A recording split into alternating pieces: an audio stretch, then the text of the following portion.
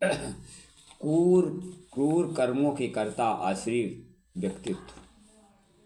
भगवान आश्री प्रवृत्ति वाले मनुष्यों के लक्षणों का विस्तार करते हुए गीता में कहते हैं, आश्री प्रवृत्ति वाले मनुष्यों की मान्यता होती है कि यह जगत आश्रय रहित, सर्वथा सत्य और बिना ईश्वर के अपने आप स्त्री प्रयोग से उत्पन्न हुआ है।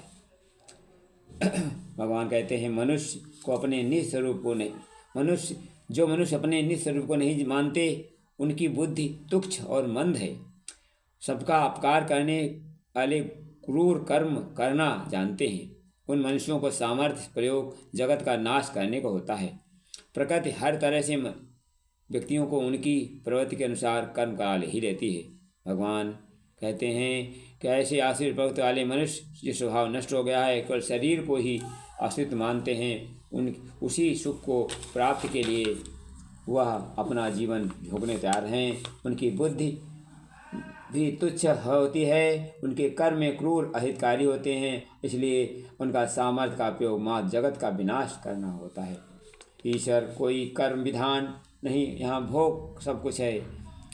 आत्मा का स्वभाव ही परम शांति है। ऐसे व्यक्ति की बुद्धि धीरे धीरे मंद, तुच्छ और निकृष्ट होती है। आधुनिक समय में हम बुद्धि का उपयोग मात्र तर्क करने, निंदा करने, आलोचना करने में दूसरों की कमियां ढूंढने करते हैं।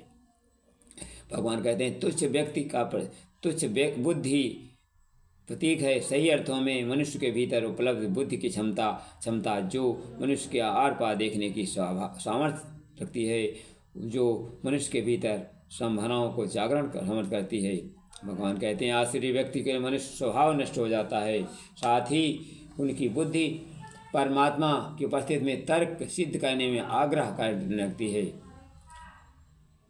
इस संसार में मूल रूप से 4 प्रकार की आत्माएं हैं। पहली तो वे हैं जो विशुद्ध रूप से प्रकाशित करती हैं, पवित्र हैं, देवी ऊर्जा के रूप में आप्लावित हैं। ऋषि मुनि अवतार सिद्ध संत इस श्रेणी में आते हैं।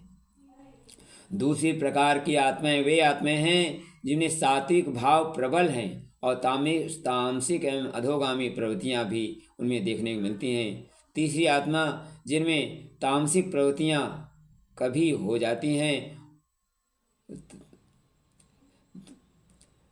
तामसिक प्रवृत्तियां प्रबल हैं, परंतु सात्विक प्रकाश अनुभूत कभी कभी हो जाता है।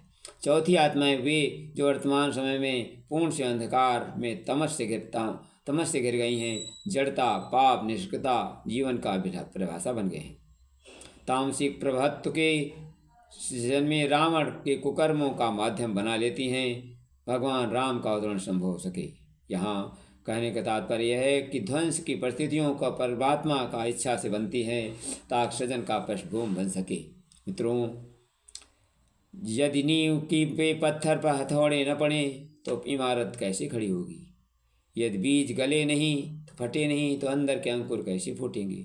पौधों का जन्म कैसे हो सकेगा? यदि माँ प्रसव पीड़ा न गुजरे तो नई आत्मा का जीवन सफल कैसे होगा? मिल पाए। प्रकृति में आसुरी प्रवृत्ति वाले मनुष्य की सामर्थ्य का उपयोग जगत का ध्वंस करने में ले लेती हैं ताकि ध्वंस के उपरांत सृजन के मनोरम परिस्थितियाँ विनिर्मित होते हैं। भगवान श्री कृष्ण के अनुसार सृष्टि के उपस्थित आसुरी तत्वों का सही उद्देश्य यही है।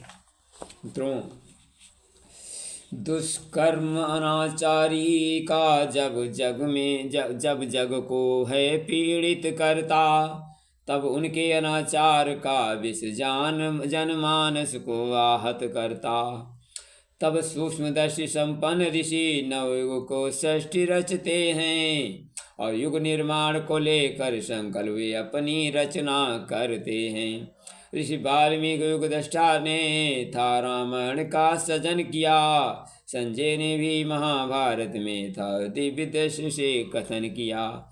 24 अवतारों का वर्णन भागवत पुराण में आया है, जिनमें 10 अवतारों को लीला ने सबको गाया है। लीला को सबने गा कलयुग में कल प्रगटे कर प्रज्ञा अवतार नवयुग का श्री व्यास ने किया, जिनका प्रचार। धन्यवाद। वीडियो शेयर करें।